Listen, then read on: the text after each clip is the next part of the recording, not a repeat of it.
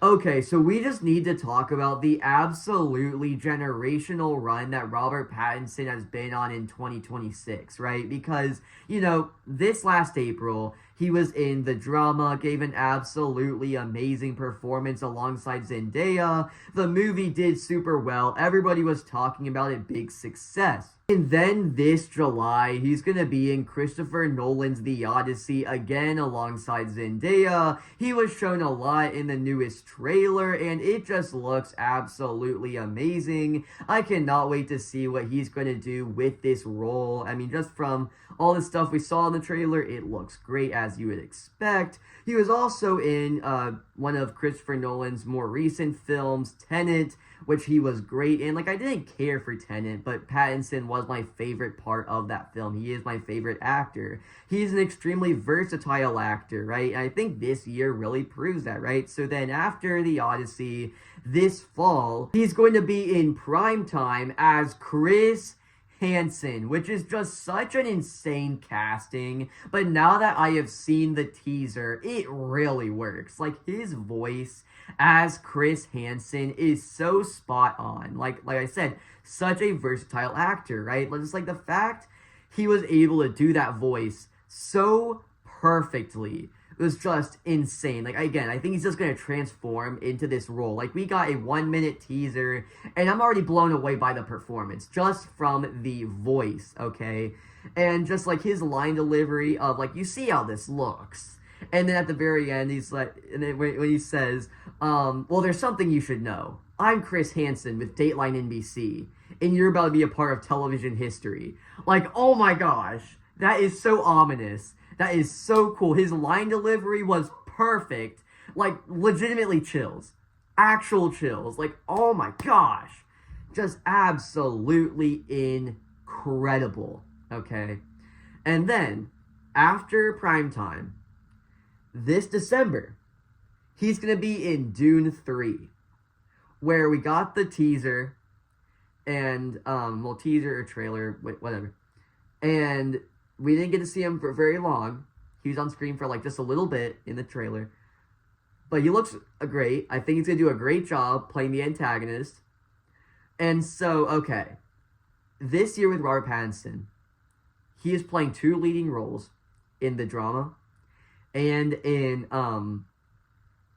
primetime. He is playing two main antagonists in The Odyssey and Dune 3. Like, that is just such an insane year for an actor. And we've only seen one of his performances this year, right? Because the drama, he was great in that. Just an absolutely amazing performance.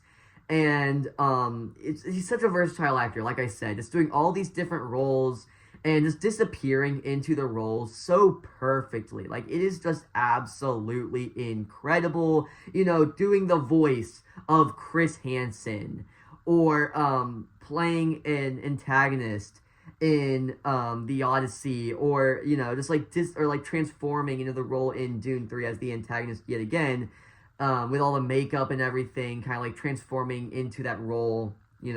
It is just going to be incredible. I cannot wait. Just such a great year for Robert Pattinson. And in 3 out of 4 films, he's starring alongside Zendaya. And they just work off each other perfectly. Like, their chemistry in the drama and the way they worked off each other in that film was absolutely incredible. And don't even get me started on the press tour for the drama, which was so peak. Like, it didn't feel awkward or anything. Like, okay, so remember, it was, the Wuthering Heights. That was the film with Margot Robbie and the other guy, he played Frankenstein last year. Why can I not remember his name? Jacob Elordi and Margot Robbie in Wuthering Heights. And they were on the press tour, and it was, like, super weird and awkward. And it's like, didn't like it. But Zendaya and Robert Pattinson, like, they're actually really good friends. So it just works. They bounce off each other perfectly. Like, it was just absolutely incredible. And they're starring in 2 other films together this year. The peak never ends. This is the year of Robert Pattinson, and if you want to go beyond that, this is the year of Robert Pattinson and Zendaya, okay? And here's the thing. I became a fan of Robert Pattinson at like the best possible time. Last year, when Mickey 17 came out, I went to go see the film opening night, okay? And when I first watched it, it was a lot to take in. I wasn't really sure how I felt on it. I gave it like a 3.5 out of 5, but I said Robert Pattinson was great in the film. Okay, with his dual roles as 17 and 18, just absolutely incredible. I've seen the film so many times since then, and I love it more every single time I watch it, and now it is like my third all-time favorite film. Two of the films in my top 4 both have Robert Pattinson in a leading role. Because he's just that good. He's incredible. And ever since then, right, that was basically how I discovered Robert Pattinson, was through Mickey 17. And when I first watched Mickey 17, I hadn't seen any interviews or anything with Robert Pattinson. So I didn't think he was British. Because, right, that's not the accent he's doing in Mickey 17. He's doing a whole other voice.